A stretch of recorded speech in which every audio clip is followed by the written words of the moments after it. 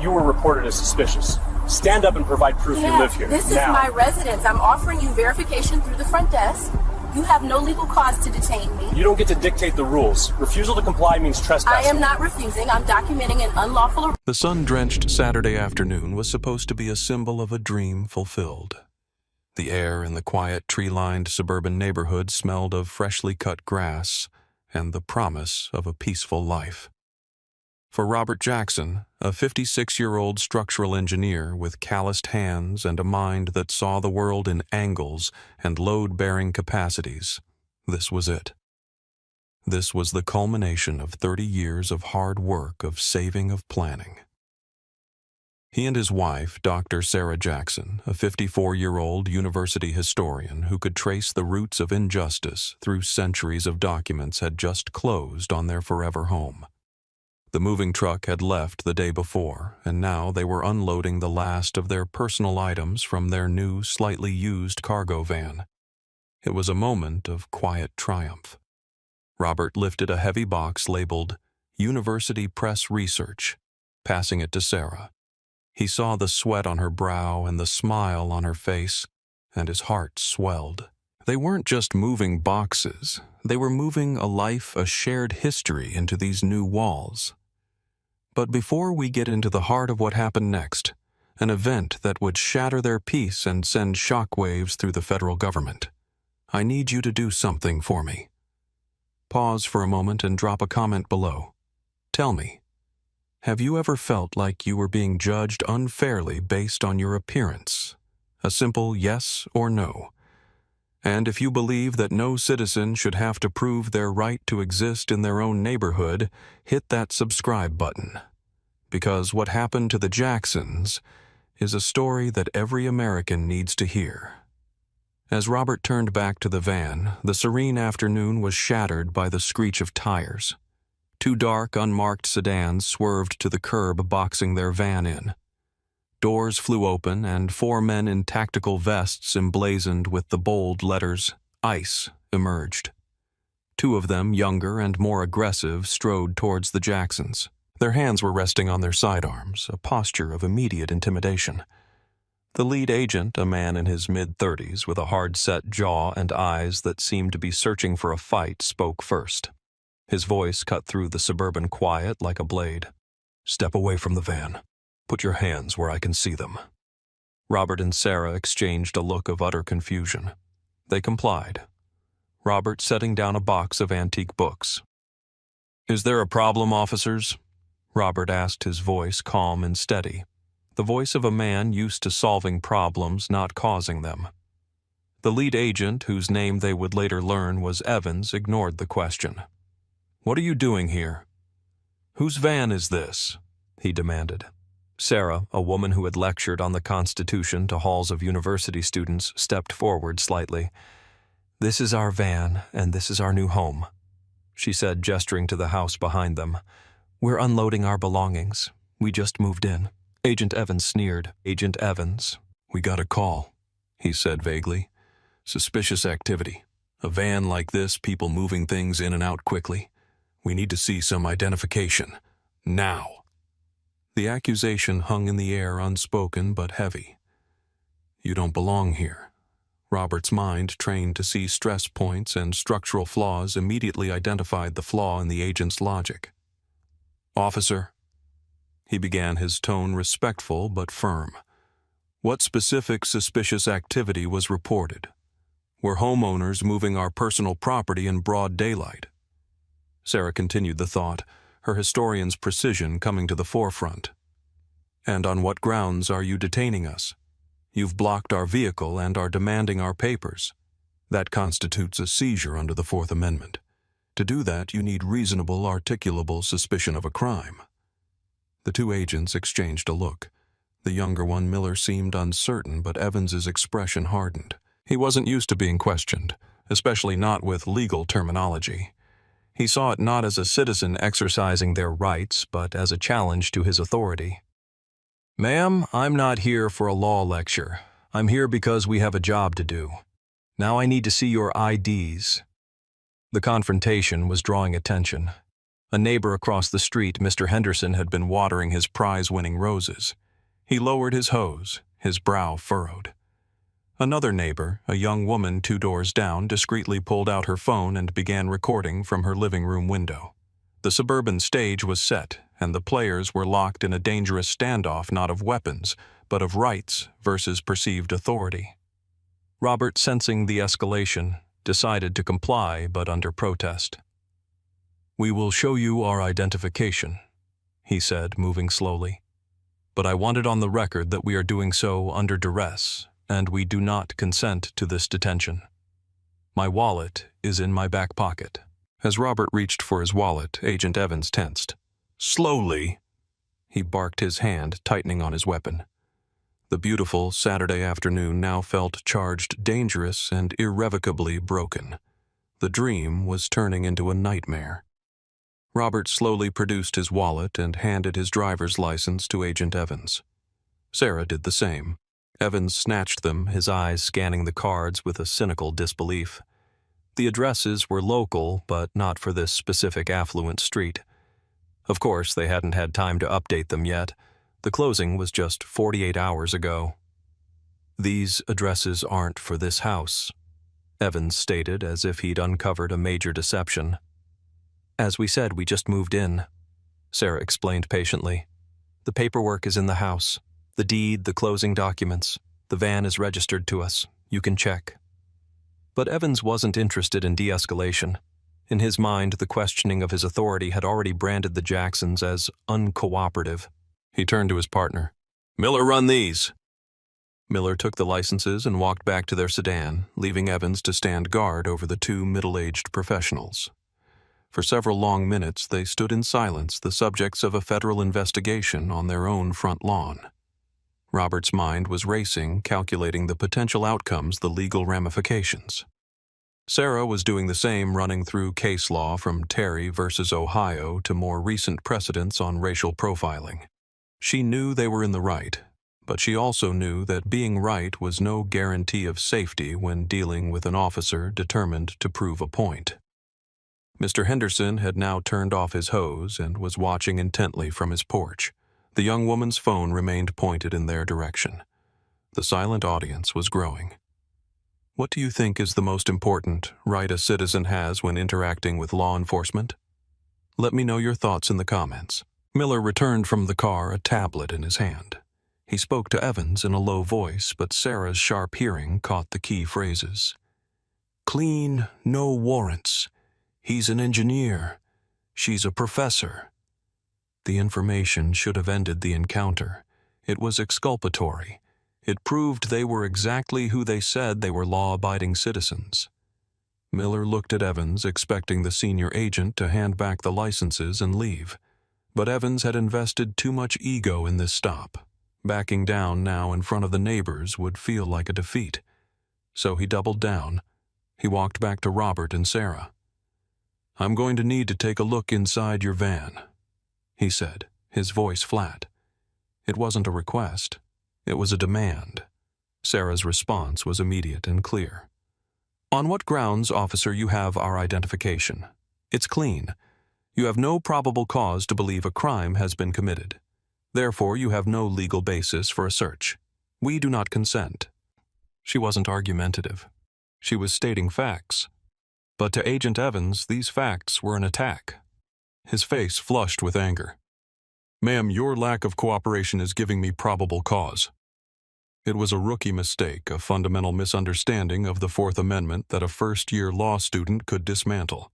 And a woman who had taught constitutional history for 2 decades certainly could. "No officer, it absolutely does not," Sarah stated, her voice unwavering. "Asserting our constitutional rights is not in itself a suspicious act. The Supreme Court has been abundantly clear on that point. You cannot use our refusal to consent as the basis for a search. That is circular logic, and it is illegal." The parking lot seemed to fall silent. Evans was trapped. He had no facts, only a flimsy, prejudiced tip and his own escalating anger. He looked from Sarah's determined face to Robert's stoic expression, then glanced at the neighbor recording on her phone. He had been publicly corrected, his authority questioned, and his legal ignorance exposed. For a man like Evans, this was an intolerable humiliation. And in that moment, he made a decision that would not only ruin his career, but would also cost the U.S. government millions of dollars. He decided to assert his power in the only way he had left. "That's it," he said, his voice tight with fury. "You're interfering with a federal investigation. Turn around. Place your hands behind your backs. You're both under arrest." Robert and Sarah stared at him, stunned into silence for the first time. Arrest for what? For unloading their own van, for knowing their own rights. "You have to be kidding me," Robert said, his voice a low rumble of disbelief. Evans pulled out his handcuffs. "Does it look like I'm kidding?" The cold, hard click of the metal ratcheting shut around Sarah's wrists was the loudest sound on the quiet street. Then another click as Robert's hands were bound. The historian and the engineer handcuffed on their own property, arrested for the crime of moving while black. The neighbor's camera kept rolling, capturing every shameful second. The ride to the federal processing center was silent and surreal. Robert and Sarah sat in the back of the sedan, the hard plastic seats a stark contrast to the leather of their own car. The air was thick with the smell of cheap air freshener and an undercurrent of injustice. Agent Evans drove his knuckles white on the steering wheel, while Miller sat in the passenger seat staring out the window, refusing to make eye contact. The reality of the situation was beginning to sink in. They arrived at a nondescript federal building and were escorted inside past agents who gave them cursory, indifferent glances.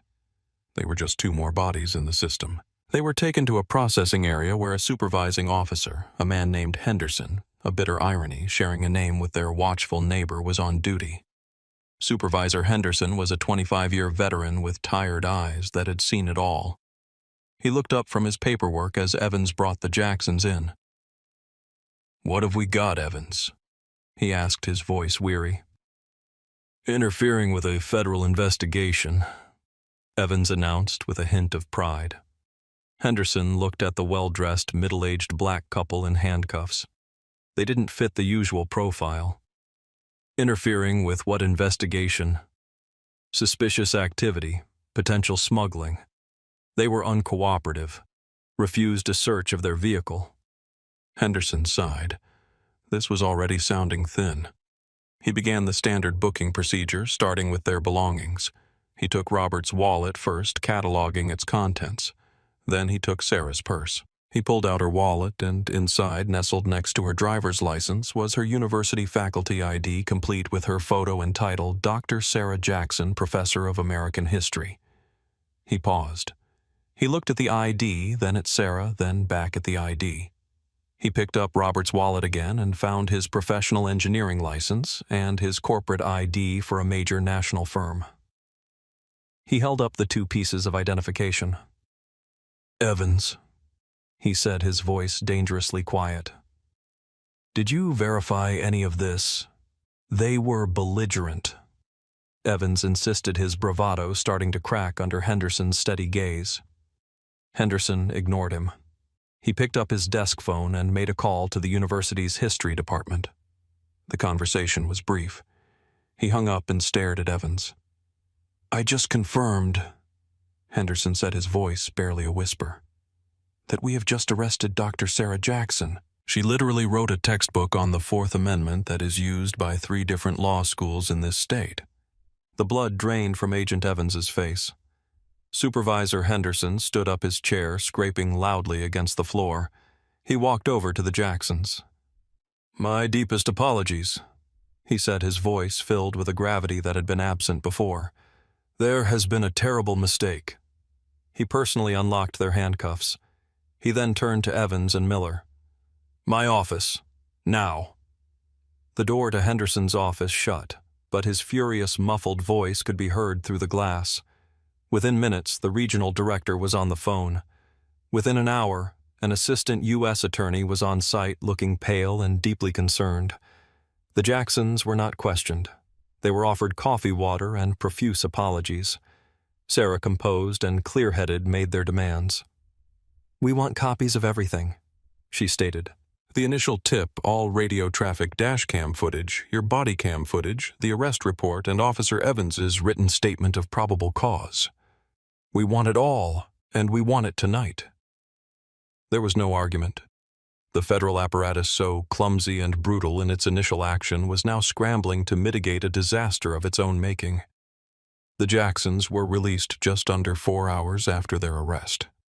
As they stepped out of the federal building and into the evening air, the sun had set on their dream day. But a new day was dawning, a day of reckoning. The first call they made was to one of the most prominent civil rights attorneys in the country. By Monday morning, the video from their neighbor's window had been sent to a national news outlet. By Tuesday, ICE arrests professor for unloading van was the top headline across the country. The video was everywhere, a stark, undeniable visual of government overreach.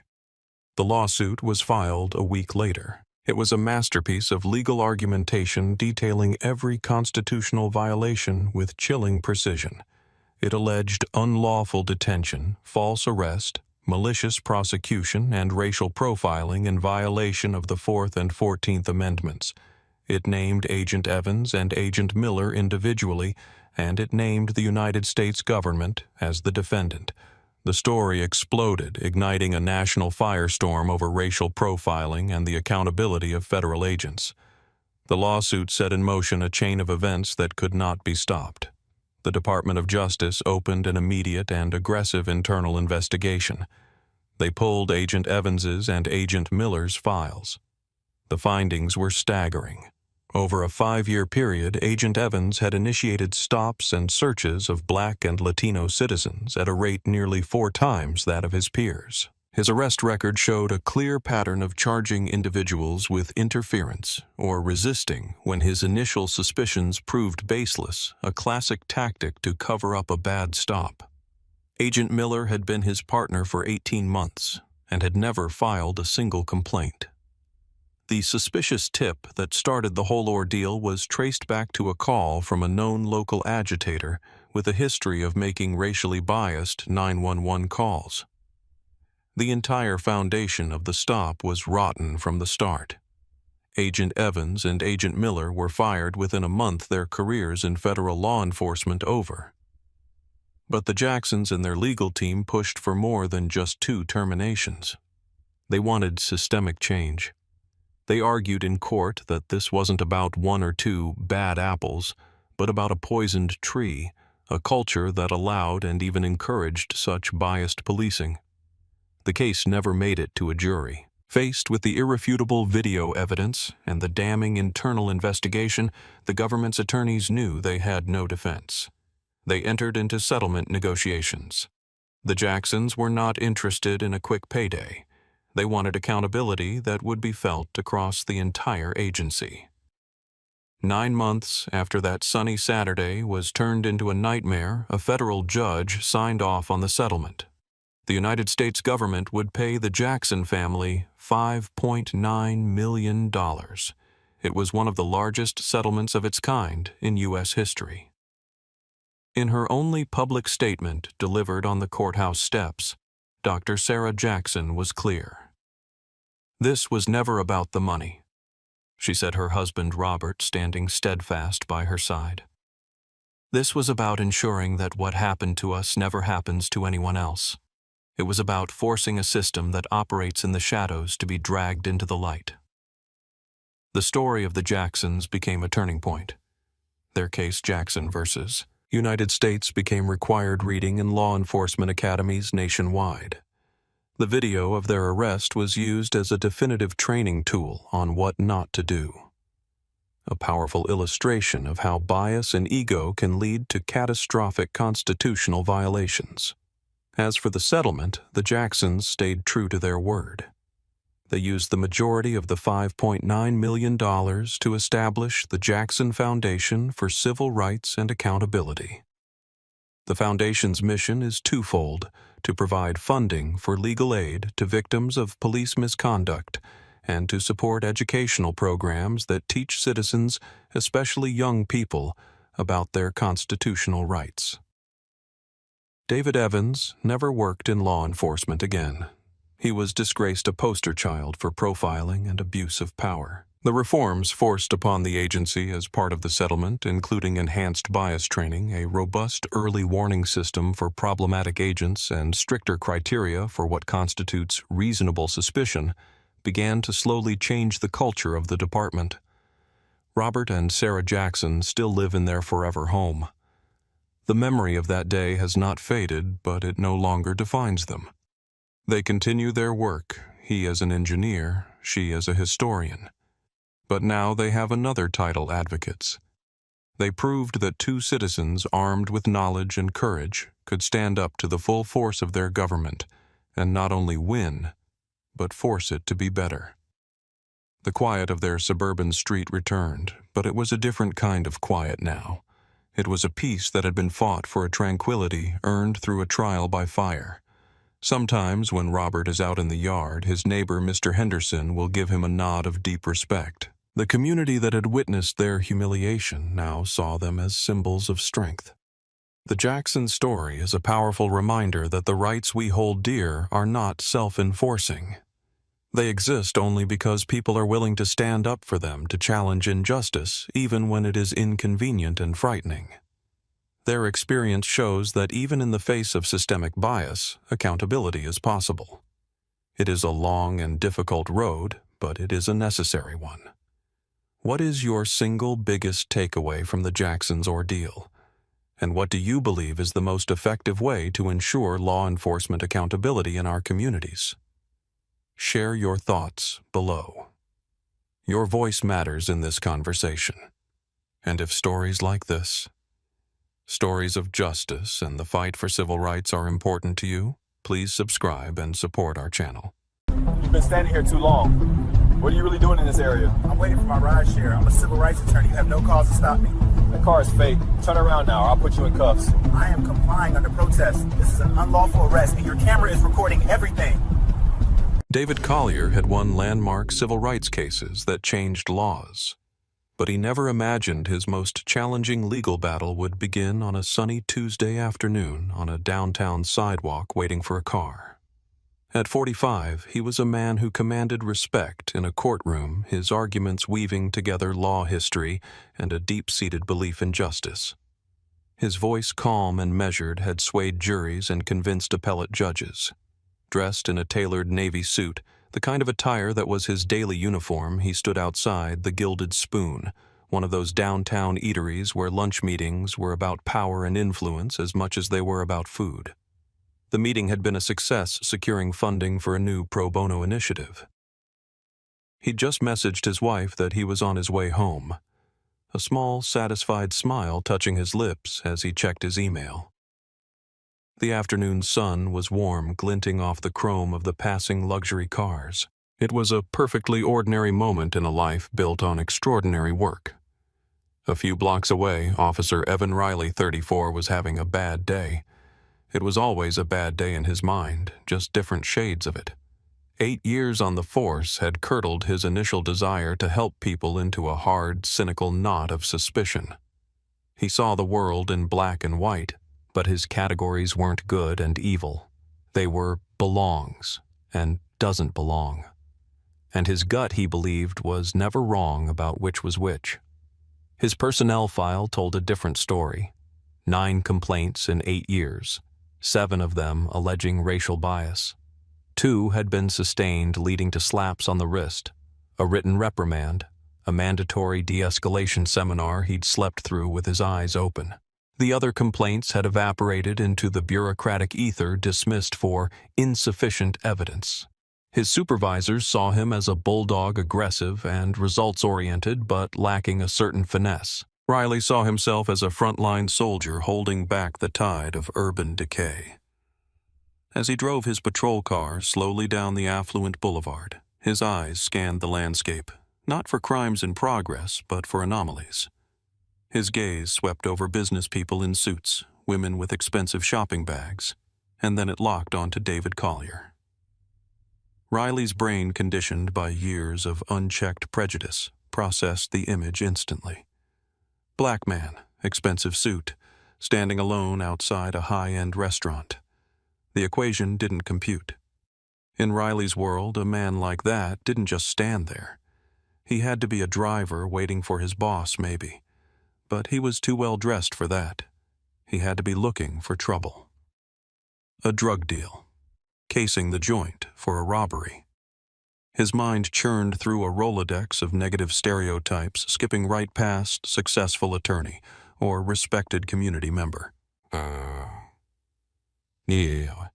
The very presence of David Collier on that particular sidewalk was to Officer Riley a disruption of the natural order, a problem that needed to be solved. He didn't see a man. He saw a threat. He pulled the patrol car over to the curb, the engine still running, and stepped out onto the pavement, the leather of his duty belt creaking. The afternoon sun cast a long shadow behind him as he began to walk toward the man who had simply, by existing, become his target. Officer Riley didn't approach David with a question. He approached with an accusation. His steps were heavy, deliberate, the sound of his boots on the sidewalk a clear announcement of authority. He stopped a few feet from David, planting his feet in a wide, confrontational stance, his hand resting casually yet menacingly on the grip of his holstered firearm. "You got business around here?" he asked. The question hung in the air, thick with insinuation. It wasn't a friendly inquiry from a beat cop. It was a challenge. David looked up from his phone, his expression shifting from relaxed focus to mild surprise. He took in the officer's posture, the hard set of his jaw, the suspicion in his eyes. He had seen this look 1,000 times before on the faces of opposing counsel on witnesses, and too often on the faces of law enforcement officers just like this one. It was a look that judged, condemned, and dismissed all at once. He maintained his composure, a skill honed through years of navigating tense depositions and hostile cross-examinations. "Good afternoon, Officer David," said, his voice even and calm. "I'm just waiting for my ride share." He offered a polite professional nod, the kind of gesture he would make to a court bailiff. He expected the explanation to suffice to be the simple end to a simple misunderstanding. He was wrong. Riley's lips tightened into a sneer. The man's calmness felt like arrogance to him. A common street tough would have been nervous, maybe stammered an excuse. This man's confidence was in Riley's mind a form of defiance. A ride share, Riley repeated, drawing the words out as if they tasted foul. "Right. You've been standing here for 10 minutes. I've been watching you." The lie was effortless, designed to destabilize, to put his target on the defensive. In reality, Riley had seen him for less than 60 seconds. David's internal alarm, long calibrated to detect the subtle frequencies of racial profiling, began to ring. He had advised countless clients in this exact situation, stay calm, don't argue, state the facts clearly. "I assure you, officer, I just finished a meeting and booked a car a few minutes ago. It should be here any second." He held up his phone slightly as if to show the app a modern-day proof of purpose. But Officer Riley wasn't interested in proof. He was interested in confirmation of his own bias. "I don't care what your phone says. People don't just loiter in this neighborhood. Why don't you tell me what you're really up to?" The accusation of loitering was a classic pretext, a legal-sounding word thrown around to justify harassment. David knew it well. He'd had laws rewritten to narrow its definition and prevent this exact kind of abuse. The irony was bitter. "Officer, with all due respect, I am not loitering. I am waiting for transportation from a place where I was a paying customer," he said, gesturing with a slight tilt of his head toward the gilded spoon. There is no cause for this interaction. This assertion of his rights, spoken calmly and factually, was like gasoline on a fire. To Riley, it wasn't a statement of law. It was a challenge to his authority. He took a step closer, invading David's personal space. "I'll decide what's cause and what isn't. Now I'm going to ask you again what's your business here, and you better give me an answer I like." The threat was no longer veiled. The sunny downtown street suddenly felt like a closing trap. The ordinary moment had evaporated, replaced by the cold, familiar dread of an encounter that had nothing to do with the law and everything to do with the color of his skin. David understood this was no longer a conversation. It was a confrontation spiraling downward, guided by the officer's unshakable prejudice. He had reached the point where he had to make a choice. He could continue to passively explain himself, a strategy that was clearly failing, or he could introduce a fact so undeniable it would have to puncture the officer's biased reality. He chose the latter. "Officer, my business here is my own. But since you seem to require justification for my presence, I am a civil rights attorney," David stated, his voice remaining level, betraying none of the frustration building within him. He reached slowly into the inner pocket of his suit jacket, a deliberate and non-threatening movement he knew was being scrutinized. He pulled out his wallet and, from it, a hard plastic card. "This is my State Bar Association identification card. You are welcome to verify it." He held out the card. It was a simple object, his picture, his name, David Collier, Esquire, and the official seal of the State Bar. In any reasonable world, this would have been the end of it. It was verifiable official proof of his profession and his legitimacy. It was a key that should have unlocked the officer's rigid suspicion and ended the encounter with a mumbled apology. But Officer Evan Riley's mind was not a reasonable place. His bias was a fortress, and David's evidence was not a key, but a cannonball bouncing harmlessly off its walls. Riley glanced at the ID card with utter contempt. He didn't even take it. He let out a short, sharp laugh, a sound devoid of humor. "An attorney. Is that what you're going with today?" he sneered. "Let me tell you something, pal. I've seen better fake IDs from college kids. You can print anything you want on a piece of plastic these days." The dismissal was absolute. In Riley's worldview, a man who looked like David couldn't be a high-powered attorney, so the ID had to be fraudulent. His professionalism wasn't evidence of his station. It was part of the con. David's calm demeanor, his expensive suit, his articulate speech, it was all just a more sophisticated act than what he was used to on the streets. This belief was so deeply ingrained that it overrode the physical evidence presented to him. He was looking at reality and choosing to see a lie because the truth was incompatible with his prejudice. "You think you're smart, don't you? Coming out here in your fancy suit with your fake lawyer card?" Riley continued, his voice rising in volume, drawing the attention of a couple walking past. "Impersonating an attorney is a serious offense. You're in a lot of trouble." The accusation was staggering in its absurdity. David Collier, who had argued before the state Supreme Court, was being accused of faking his own identity. The situation had tipped over from harassment into a surreal, dangerous fiction authored entirely by the officer in front of him. "Officer, that is a legitimate state-issued credential," David said, his patience finally beginning to fray. "My bar number is on that card. You can call it in and verify my identity and my standing with the bar in less than 2 minutes. I am asking you professionally to do that now." He was offering a lifeline, a final chance for procedure and fact to prevail over prejudice. He was, in effect, trying to de-escalate using the very tools of the system the officer represented. But Riley wasn't an agent of that system anymore.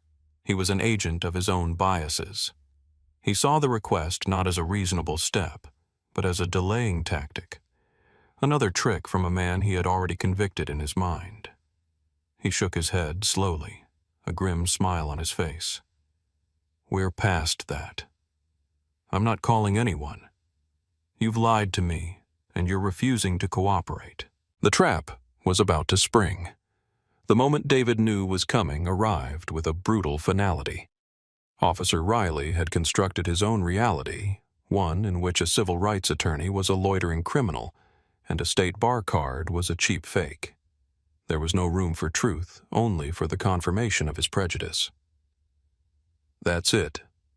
You're done," Riley announced, his hand moving from his gun to his handcuffs. "Turn around. Put your hands behind your back." David stood his ground for a second, the sheer injustice of the command washing over him. He had done nothing wrong. He was a citizen, an officer of the court, being treated like a felon on a sunlit street for no reason other than a policeman's bigotry. "Officer, on what grounds?"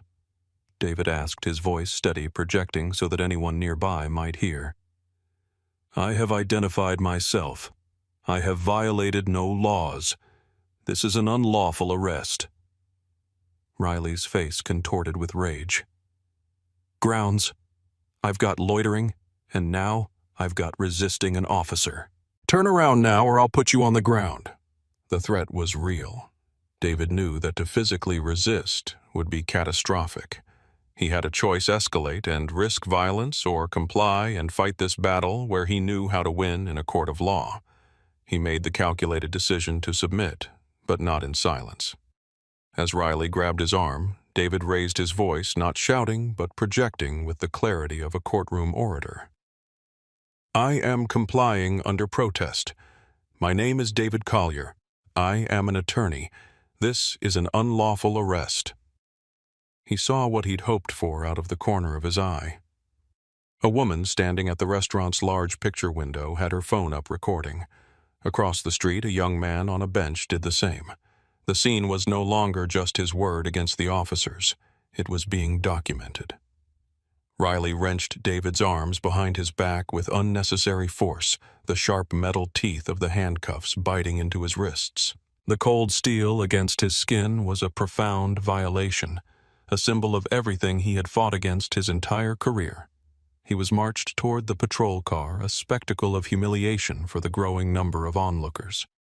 He was no longer David Collier, Esquire. He was just another black man in handcuffs. His tailored suit, a mockery, his dignity stripped away under the bright afternoon sun. The doors of the Gilded Spoon opened, and a few patrons stepped out, their faces a mixture of shock and confusion. Their phones all pointed in one direction. The clicks of the recordings were almost as loud as the snap of the car door, shutting him into the darkness of the back seat. The drive to the precinct was a 12-minute exercise in forced composure. Locked in the back of the patrol car, the cage separating him from Officer Riley David focused his mind. He pushed down the rage and the humiliation, channeling his energy into what he did best: building a case. He mentally cataloged every detail. The time of the initial stop, 2:15 p.m. Riley's refusal to verify his credentials. The exact baseless charges cited: loitering and resisting. The unnecessary tightness of the cuffs. The officer's failure to read him his Miranda rights. He noted the number on the patrol car's partition. He committed Riley's badge number, which he had made a point to read to memory. He was no longer just the victim of this injustice. He was becoming its chief prosecutor. The world outside the tinted windows blurred into a meaningless stream of light and color. Inside the car, everything was sharp, clear, and damning. When they arrived at the precinct, Riley led him through a side door into a noisy, chaotic booking area. The air was thick with the smell of stale coffee and disinfectant. He was paraded past a long desk where a gray-haired, weary-looking desk sergeant sat observing the flow of human misery. The sergeant, a man named Miller, who had been on the job for 25 years, looked up as Riley approached. He saw the man in the expensive suit, his face a mask of calm control, and then he looked at Riley's smug, triumphant expression. Sergeant Miller had seen this movie before, and it rarely ended well for the department. "What do you have?" Riley Miller asked, his voice flat. "Got a guy loitering downtown giving me a hard time. Claimed to be a lawyer, gave me a fake ID," Riley said, pushing David forward toward the desk. David spoke for the first time since being put in the car, his voice cutting through the noise of the room. "Sergeant, my name is David Collier. That officer arrested me without cause after I presented him with my state-issued Bar Association card and he refused to verify it. I demand to speak with my attorney and with this officer's supervising lieutenant." Sergeant Miller's eyes narrowed. He looked from David's composed face to Riley's defensive posture. The kid was breathing too hard, too amped up. This wasn't the calm of a good arrest. It was the adrenaline of a bad one. "He showed you D. Miller asked Riley, his gaze unwavering. "A piece of plastic. Could have been a library card." Riley scoffed. "Let me see it," Miller commanded. Riley reluctantly pulled David's bar card from his pocket and tossed it on the desk.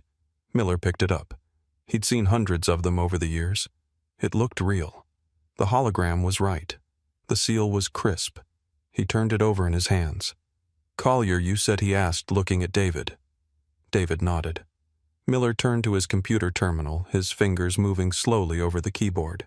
He typed the name into the State Bar's public database.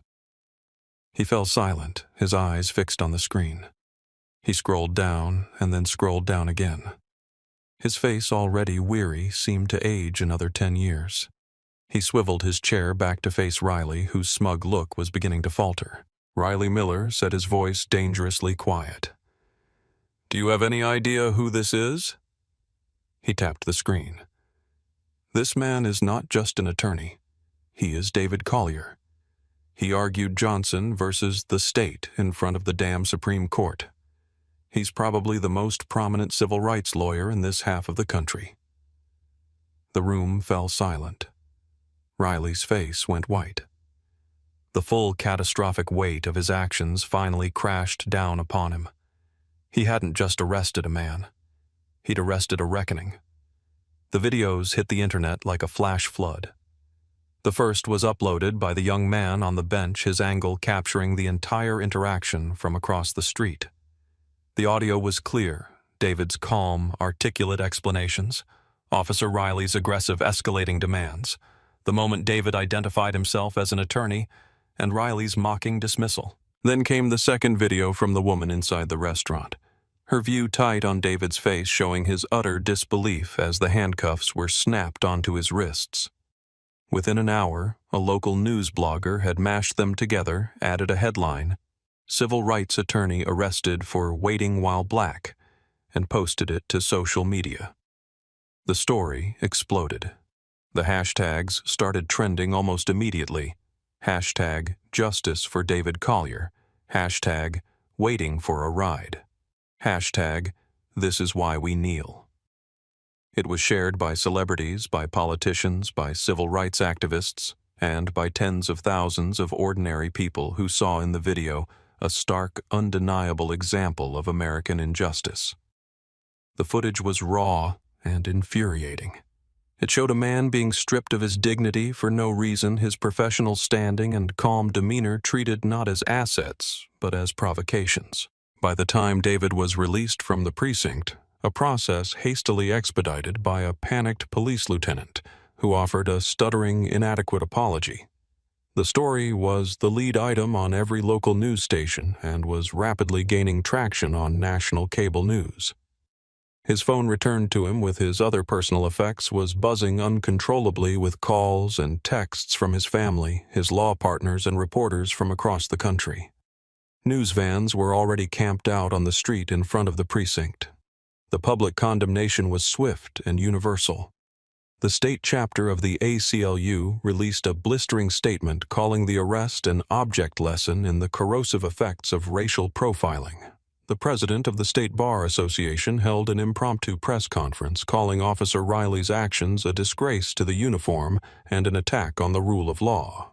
The police department's communications office went into crisis mode, releasing a boilerplate statement that they were aware of the incident and that an internal investigation is underway. The statement did nothing to quell the firestorm. The video was the evidence, the trial, and the verdict all in one. The court of public opinion had already convicted Officer Riley and the system that empowered him. The story was no longer about a simple street encounter. It was a national conversation about race power and policing in America, and David Collier, against his will, had become its face. The lawsuit landed on the city clerk's desk exactly 1 week later. It was not a simple complaint. It was a meticulously crafted 50-page indictment of a broken system written by David and his partners. The document was surgical in its precision. It named Officer Evan Riley for unlawful arrest, false imprisonment, and the violation of David's First and Fourth Amendment rights. It named the police department and the city for systemic failures, citing a pattern of deliberate indifference to Officer Riley's long and documented history of racially biased conduct. The lawsuit detailed all 9 prior complaints against Riley, presenting a damning portrait of a department that repeatedly ignored warning signs and failed to remove a problematic officer from the street. The core of the case, however, was not the legal arguments, but the undeniable evidence. The plaintiff's primary exhibits were the viral videos themselves submitted from multiple angles, their clarity leaving no room for dispute. Every word, every action was captured for a jury to see. For the city's legal department, it was a waking nightmare. They had no defense. They couldn't claim David was a threat. He was a pillar of the legal community. They couldn't claim he was uncooperative. The video showed him calm and articulate until the moment he was wrongfully arrested. They couldn't claim it was a simple misunderstanding. Riley's sneering dismissal of David's credentials was a clear demonstration of malicious intent. A jury trial would be a public crucifixion. David Collier, one of the most skilled litigators in the state, would be the star witness in his own case, recounting the humiliation he endured. The videos would be played on a giant screen in the courtroom over and over again. Officer Riley would be forced to testify and be cross-examined, his flimsy justifications collapsing under the slightest scrutiny. The department's failure to act on his prior complaints would be laid bare. The potential for a massive punitive jury award was astronomical. The public relations damage was already catastrophic. A trial would only compound it. The city's attorneys knew they had only one move: damage control. They approached David's legal team with an offer to enter settlement negotiations almost immediately. They wanted to make this go away to stanch the bleeding. David agreed, but with one non-negotiable condition: the settlement would not be confidential. The details had to be public, a clear admission of wrongdoing. The negotiations were brief. The city, desperate to avoid further public outcry, ultimately agreed to a settlement of $3.7 million. For David, the money was never the point. It was a tool. It was a number large enough to make headlines, large enough to force change, and large enough to serve as a public testament to the price of injustice. The fallout was swift and decisive. As part of the settlement, the city did not have to admit liability, but the facts spoke for themselves. 3 weeks after the settlement was announced, following a perfunctory internal affairs investigation that could only reach one conclusion, Officer Evan Riley was fired. His termination letter cited gross misconduct and a pattern of behavior that brought the department into disrepute. His name was submitted to the National Decertification Index, ensuring that his career in law enforcement was permanently over. He could never again wear a badge and carry a gun in any jurisdiction in the country. But the consequences didn't stop with one officer. The public outcry and the high-profile nature of the case attracted the attention of the U.S. Department of Justice, which launched a full-scale pattern and practice investigation into the city's police department. Their findings, released a year later, confirmed what David's lawsuit had alleged: systemic failures in training, supervision, and discipline, particularly concerning racial bias. The investigation resulted in a legally binding federal consent decree forcing the department to implement sweeping court-monitored reforms. Months later, the noise had faded. The news cycle had moved on. The city had written the check. David Collier sat in his quiet office late one evening, the city lights twinkling outside his window. The framed copy of his Supreme Court argument hung on the wall, a testament to a career spent fighting for others. He looked at it then, at the faint residual marks on his own wrists, visible only to him. The profound, gut-wrenching irony of his ordeal had never left him. He had dedicated his life to defending the Constitution for the marginalized and the powerless, only to have his own rights so casually and completely violated. The $3.7 million was in a trust funding civil rights fellowships for young lawyers. It was doing good work, but it couldn't erase the feeling of being handcuffed on that sidewalk, of being seen as a threat in a world he had worked so hard to improve. The victory felt hollow because the battle should never have been necessary. His case was a win, a big one. But he knew with a certainty that chilled him that on that same day hundreds of other people who weren't famous lawyers, people who didn't have a video camera to save them, had faced their own Evan Rileys and lost. Their stories were never told, their injustices never rectified.